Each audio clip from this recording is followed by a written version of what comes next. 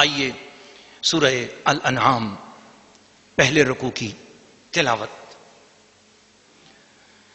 بسم اللہ الرحمن الرحیم الحمد للہ الذی خلق السماوات والارض وجعل الظلمات والنور ثم الذين كفروا بربهم يعدلون هو الذي خلقكم من طين ثم قضى أجلا وأجل مسمى عنده ثم أنتم تمترون وهو الله في السماوات وفي الأرض يعلم سركم وجهركم ويعلم ما تكسبون وما تأتيهم من آية من آيات ربهم إلا كانوا عنها معرضين فقد كذبوا بالحق لما جاءهم فسوف يأتيهم أنباء ما كانوا به يستهزئون ألم يروا كم أهلكنا من قبلهم من قرن مكناهم في الأرض ما لم نمكن لكم وأرسلنا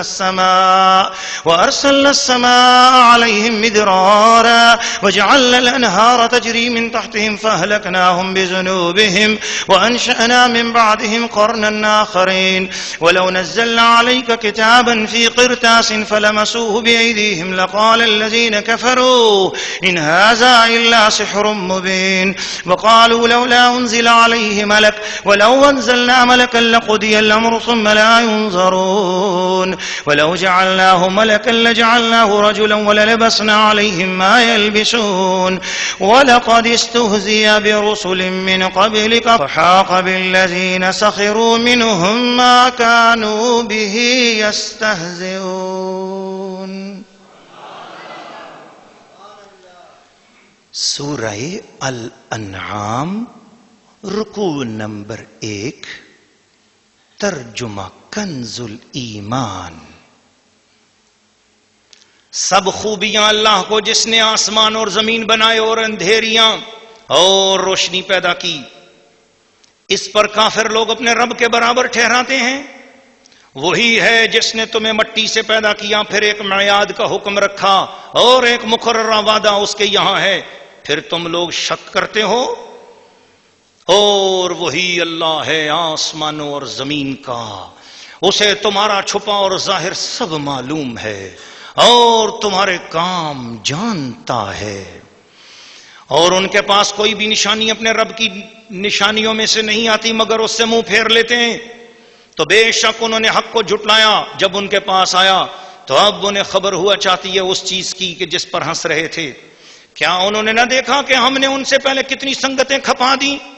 انہیں ہم نے زمین میں وہ جماؤ دیا جو تم کو نہ دیا، اور ان پر موسلادھار پانی بھیجا اور ان کے نیچے نہریں بہائیں، تو انہیں ہم نے ان کے گناہوں کے سبب ہلاک کیا اور ان کے بعد اور سنگت اٹھائی۔ اور اگر ہم تم پر کاغذ میں کچھ لکھا ہوا اتارتے کہ وہ اسے اپنے ہاتھوں سے چھوتے، جب بھی وہ کافر کہتے کہ یہ نہیں مگر کھلا جادو، اور بولے ان پر کوئی فرشتہ کیوں نہ اتارا گیا، اور اگر ہم فرشتہ اتارتے تو کام تمام ہو گیا ہوتا، پھر انہیں مہلت نہ دی جاتی۔ اور اگر ہم نبی کو فرشتہ کرتے جب بھی اسے مرد ہی بناتے اور ان پر وہی شبہ رکھتے جس میں اب پڑے ہیں۔ اور ضرور اے محبوب تم سے پہلے رسولوں کے ساتھ بھی ٹھٹھا کیا گیا، تو وہ جو ان سے ہنستے تھے ان کی ہنسی انہی کو لے بیٹھی۔ سورہ الانعام رکوع نمبر 1، تفسیر۔ ناظرین و ناظرات اور سامعین و سامعات، اس سورہ الانعام چونکہ مکہ مکرمہ میں ایک ہی رات میں نازل ہوئی ہے پوری کی پوری سورت، اور یہ بڑی برکتوں والی سورت ہے۔ اس کا آغاز اللہ کی حمد سے ہو رہا ہے اور اللہ تعالیٰ اپنا تعارف کروا رہا ہے، زبان مصطفیٰ سے، زبان محمد مصطفیٰ سے تعارف ہو رہا ہے۔ کیا تعارف کیا ہو رہا ہے؟ شکر ہے اس اللہ کا جس نے آسمان اور زمین بنائے، آسمان اور زمین پر شکر ادا کروایا جا رہا ہے کہ یہ شکر ہے۔ اور گویا تعارف یہ ہے کہ تم اللہ کو پہچاننا چاہتے ہو تو اللہ وہ ہے جس نے آسمان اور زمین بنائے۔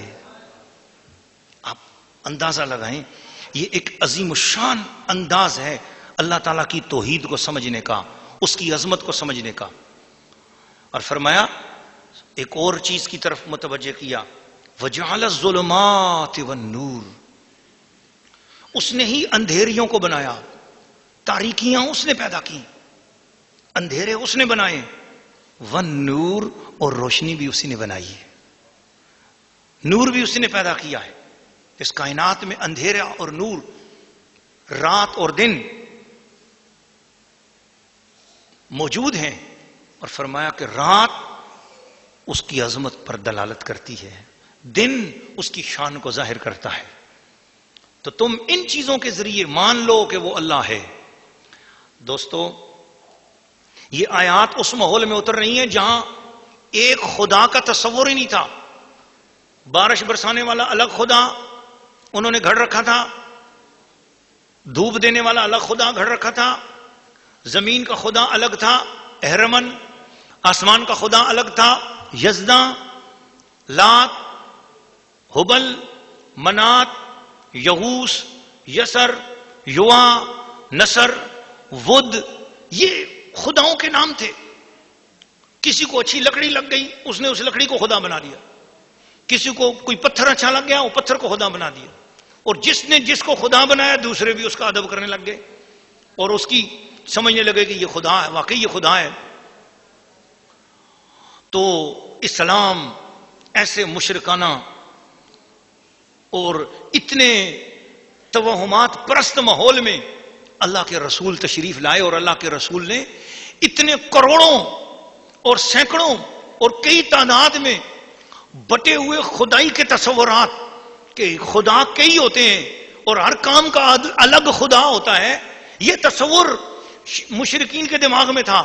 اب وہ اللہ کے بندے ہیں اور ان کو یہ تصور شیطان نے پڑھا دیا، اب ان سے اس تصور کو دور کرنا ہے، سختی بھی نہیں کرنی، ڈانٹنا بھی نہیں، ڈپٹنا بھی نہیں، ان کو پیار سے سمجھانا ہے۔ تو کیا دل نشین مثال دی کہ 360 خداؤں کے سامنے اپنی جبینوں کو جھکانے والوں، یہ تو تمہارے خدا ہیں جنہوں نے کبھی مکھی بھی نہیں بنائی ہے، اور مکھی ان پر بیٹھ جائے تو اپنی مکھی کو ہٹا نہیں سکتے، لیکن آؤ خدا کا محمد، خدا کا رسول احمد مجتبی محمد مصطفیٰ جس خدا کے سامنے تمہیں جھکانا چاہتا ہے، اس خدا کی شان یہ ہے کہ خلق السماوات والارض، بغیر ستون کے اتنا بڑا آسمان اس نے بنا دیا ہے۔ پھر یہ ایک آسمان نہیں ہے، 7 آسمان ہیں، 7 آسمانوں میں کوئی ستون نہیں ہے، جس نے ستونوں کے بغیر اتنا بڑا آسمان کھڑا کر دیا ہے، اتنی بڑی زمین بنا دی ہے۔ تم گھبراؤ نہیں، تمہیں بارش مانگنے کا مسئلہ ہو تو بھی وہ اللہ کرے گا، اولاد کی بات ہوگی تو بھی اللہ کرے گا، دھوپ کا مسئلہ ہوگا تو بھی اللہ کرے گا، تمہاری ساری مرادیں وہ ایک خدا پوری کرے گا۔ چھوڑو ان خداؤں کو۔ هو الذی خلقکم من طین، تمہیں اس نے مٹی سے بنایا، ثم قضی اجلا، ایک مقرر وقت ہے تمہارا، کچھ دن تو ہیں، ان دنوں کو شرک میں کیوں گزارتے ہو؟ ان دنوں کو خدا سے دور ہو کر کیوں گزارتے ہو؟ اللہ کی بندگی میں ان دنوں کو گزارو۔ وَأَجَلٌ مُّسَمَّى عِندَهُ، اس نے تمہارے لیے ایک مقرر مدت رکھی ہے، قیامت کا دن آئے گا۔ ثُمَّ أَنتُمْ تَمْتَرُونَ، پھر شک کرتے ہو؟ شک کس بات کا ہے؟ مکے کے لوگوں کو سمجھایا، منہ نہ موڑو، آیتوں کو جھٹلاؤ نہیں۔ اچھا کس بات پر تم غرور کرتے ہو؟ تمہارے مکے میں کیا چیز ہے؟ ایک کوئی بھی عربیوں تمہارے پاس نہ کوئی سبزہ اگتا ہے، نہ کوئی باغات ہیں، نہ کوئی نہریں ہیں، کچھ بھی تو نہیں ہے تمہارے پاس کہ جس پر تم اتراتے پھرتے ہو۔ لیکن سنو، اولم یروا کما اہلکنا من قبل من قرن مکناہم فی الارض ما لم نمکن لکم، جتنا ان لوگوں کے پاس تھا پچھلے لوگوں کے پاس، وہ تو تمہارے پاس اتنا ہے بھی نہیں۔ بڑی بڑی بستیاں، باغات، نہریں، پھل، قلعے، بڑے مضبوط گھر، اور وہ سمجھتے تھے کہ ہمیں زوال نہیں۔ لیکن سن لو، جب تک وہ ہمارے فرما بردار رہے ہم نے ہر طرح کا ان کو رزق دیا، اور جب انہوں نے ہماری نافرمانی شروع کر دی تو پھر اتنی بڑی بستیوں والے کہ جن کا کوئی تصور نہیں کر سکتا تھا کہ ان کو کون ہلاک کرے گا، اللہ تعالیٰ فرماتا ہے کہ جا کر دیکھو فَأَهْلَكْنَاهُمْ بِذُنُوبِهِمْ، ہم نے ان کے گناہوں کی وجہ سے ان کو ہلاک کر دیا۔ تم میری نافرمانی کرو گے تو اس زمین پر تم عیش نہیں کر سکتے۔ اپنے آپ کو مسلمان تصور کرو، اپنے آپ کو مسلمان بناؤ، اور اگر تم مسلمان اپنے آپ کو کہو اور پھر میری نافرمانیاں بھی کرو ایسا نہیں ہوگا. تم نے اگر کہہ دیا ہے کہ اللہ ہمارا رب ہے تو پھر میرے نظام کے مطابق چلو، میرے طریقے کے مطابق چلو، میں تمہارا رب ہوں، میرے رسولوں کی مانو، میری کتابوں کی مانو. کچھ کافروں نے کہا کہ اے نبی ہم آپ کو تب ایمان لائیں گے جب آپ کوئی ایسی کتاب آسمان سے آئے جس کے ساتھ ہم ہاتھ لگائیں اور پتہ لگے کہ وہ آسمان سے آئی ہے، چھوئیں ہم اس کو. تو اس پر یا یہ کہ آپ کے ساتھ ادھر دو فرشتے ادھر نظر آئیں، دو فرشتے ادھر نظر آئیں، فرشتے ہمیں نظر آئیں تو ہم سمجھیں گے کہ آپ رسول ہیں. اللہ پاک نے ان کی اس بےہودہ گفتگو کا جواب دیا تو ان کو بتایا کہ اگر زمین میں فرشتے ہوتے تو ہم فرشتے کو رسول بناتے. زمین میں انسان ہے تو ہم رسول جس کو بنائیں گے اس کو انسان ہی بنائیں گے، اور اگر فرشتہ ہی نازل کرتے تو پھر ہم فرشتے کو بھی انسان بنا کر بھیجتے. کیوں؟ جب فرشتہ اگر آتا، فرشتہ تو انسان کو نظر نہیں آ سکتا نا، انسان کو فرشتہ نظر نہیں آ سکتا. تو اب اگر فرض کیا ایک بستی میں لوگ بیٹھے ہوئے ہیں اور اس بستی کے اندر جو ہے اچانک فرشتہ آئے اور فرشتہ کہے، فرشتے کی آواز آپ سب کو آنے لگ جائے اور فرشتہ کہے کوئی بندہ اور نظر بھی نہیں آ رہا کسی کو، کوئی نماز پڑھو، روزہ رکھو، زکوٰۃ دو، اور کسی کو پتہ نہیں لگ رہا کہ وہ آواز دینے والا کہاں ہے، کون ہے، تو پھر لازمی سوال پیدا ہو جائے گا جناب آپ تو فرشتے ہیں اس لیے ان باتوں کا حکم دے رہے ہیں، ہم انسان ہیں، ہم سے کیسے پڑھی جائے گی؟ تو ضروری تھا کہ جو جس ماحول میں ہدایت نازل کی جا رہی ہے اسی ماحول کی ہستی ہو.